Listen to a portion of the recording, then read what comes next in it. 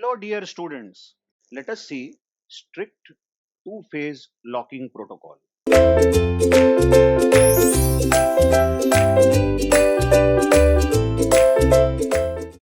In the previous videos, we saw simple two-phase locking protocol, which had growing phase and shrinking phase. Now, this strict 2PL is basically 2PL. Just check that word, two-phase locking protocol. So, all the procedure which was followed by two-phase locking protocol is obviously followed by strict 2PL. What was the procedure? The procedure was that any transaction in the growing phase acquires locks. Let's say T1 acquires a lock on A and operates on A. This is a shared lock. T1 acquires lock on B and works on B. This is an exclusive lock, and so on. And suppose T1 unlocks. Let's say now T1 is unlocking A or any data item which it had locked before. Then henceforth after this, it can only do unlock. It cannot ask for, T1 cannot ask for any more locks. So in the growing phase, T1 tries to acquire locks, and in the shrinking phase, T1 always releases locks. Same procedure is followed by strict 2PL. But the only difference is that the shared locks, just check this, the shared lock which a transaction like T1 has acquired cannot be unlocked until T1 commits. What that means is if T1 wants to unlock the shared lock on B, this is a shared lock, isn't it? Then T1 can unlock B only after commit, correct? Only I am talking about only exclusive locks. The exclusive locks which a transaction has acquired can be unlocked only after that transaction commits.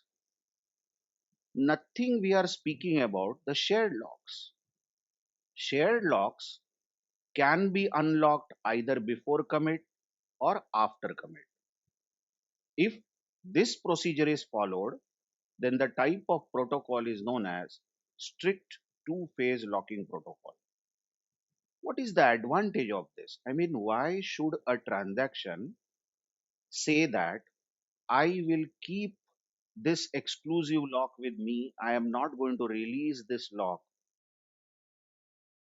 but I will release this lock only after commit operation. What is the advantage? Well, if this strict 2PL is followed by any schedule, then cascading rollbacks will be removed. There won't be any cascading rollbacks. Recall, just in the earlier video, we saw a disadvantage, isn't it? There was a disadvantage of two-phase locking protocol. The disadvantage was cascading rollbacks is possible in simple 2PL. But in strict 2PL, this disadvantage is removed. We still get a two-phase locking protocol and we have removed cascading rollbacks. What was cascading rollback, by the way, and why did it happen? You saw that T2 was reading, check this, T2 was reading the value of A, which was actually updated by T1, isn't it? Correct? And what happened is that suppose T1 fails at this particular point of time, then T1 rolls back. And what it does, it says, I am going to undo everything that I did as if nothing happened. Then this value of A read by T2 becomes a dirty value. What if, let's say, what if this T2 says that I will read the value of A only after T1 commits. That means there is a commit operation somewhere here, right? See now, what does commit mean? Commit means that whatever values have been updated by T1, this transaction T1 are finally returned to database. And once committed, a transaction cannot be rolled back. So if this commit operation executes, then the transaction absolutely cannot be rolled back. So what we do is we keep this lock on A. Note that A has an exclusive lock, is an exclusive lock on A. We keep this lock. We don't unlock it, but we unlock it only after commit. Now tell me, whatever value read by this T2 is going to be a fair value because we know that commit has been already done by T1, isn't it? And after that, we have unlocked A. So if you unlock A, only then T2 will be able to read the value of A. Correct? So whatever value of A that T2 has now read is surely a fair value. Okay, let's see this again. You have understood that there will be commit over here and we will unlock A, which was an exclusive lock, only after commit. Okay, just imagine that the transaction fails here at this point of time before commit. Before commit, the transaction fails, this T1. So it will be rolled back, obviously. So if T1 now rolls back, do you have to roll back T2? Absolutely not. T2 need not be rolled back because T2 is not going to read the value of A unless this unlock execution happens. Come on, how can T2 read the value of A because T1 is still holding it?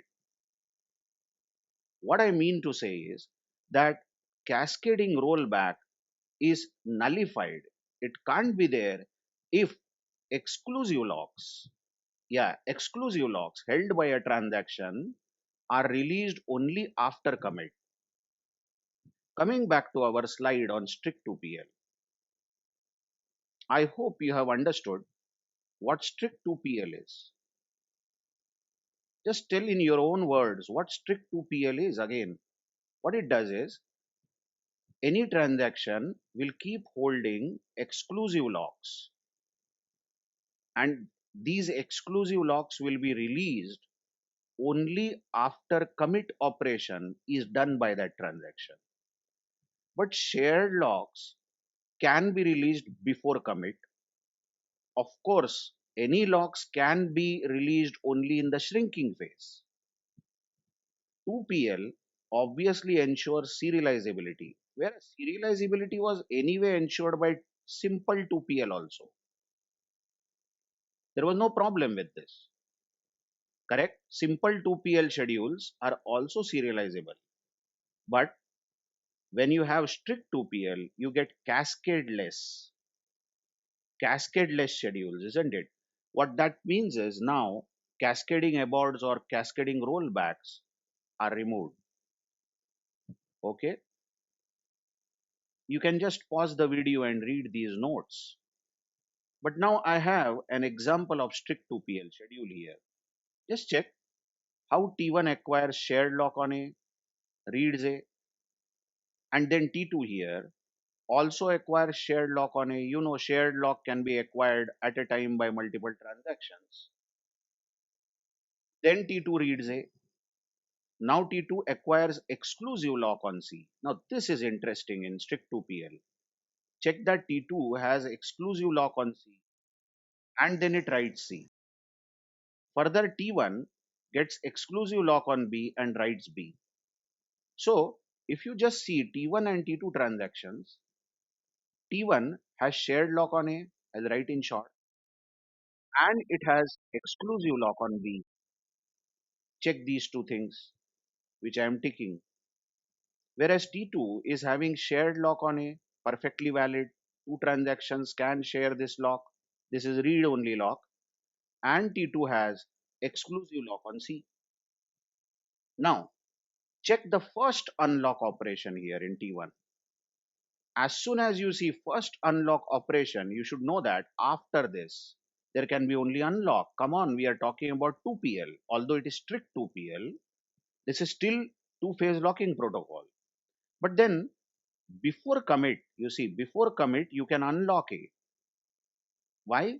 Because A is a shared lock. So you just check T1 is releasing the lock on A. Shared lock can be released even before commit.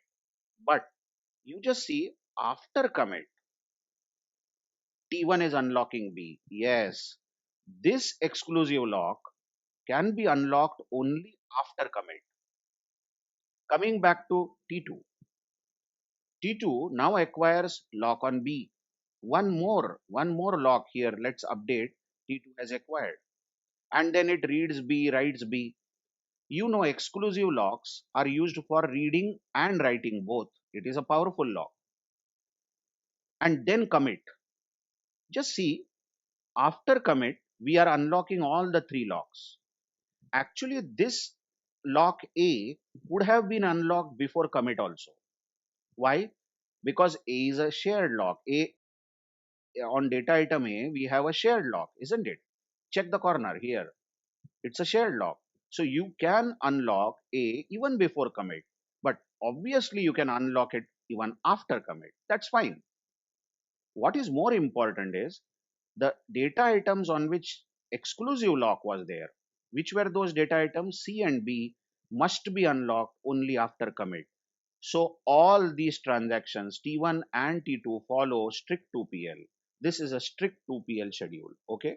And it will not suffer with cascading rollbacks. And of course it is serializable.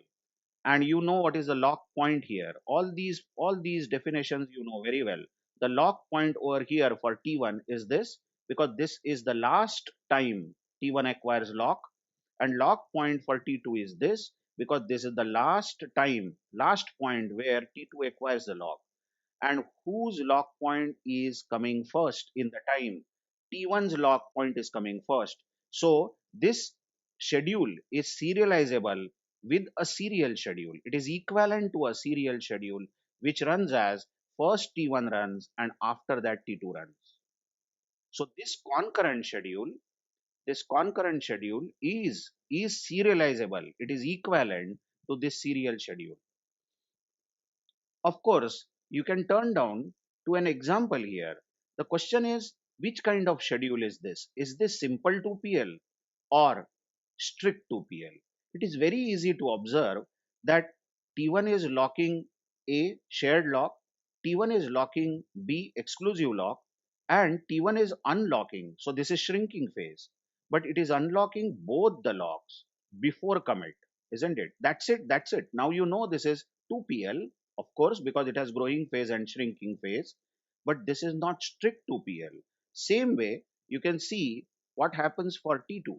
For T2, it locks A on shared lock, locks C exclusive lock, locks B exclusive lock, but then it unlocks all the three data items before commit. So it has shrinking phase, it has growing phase here, but then this is simple 2PL. This is not strict 2PL.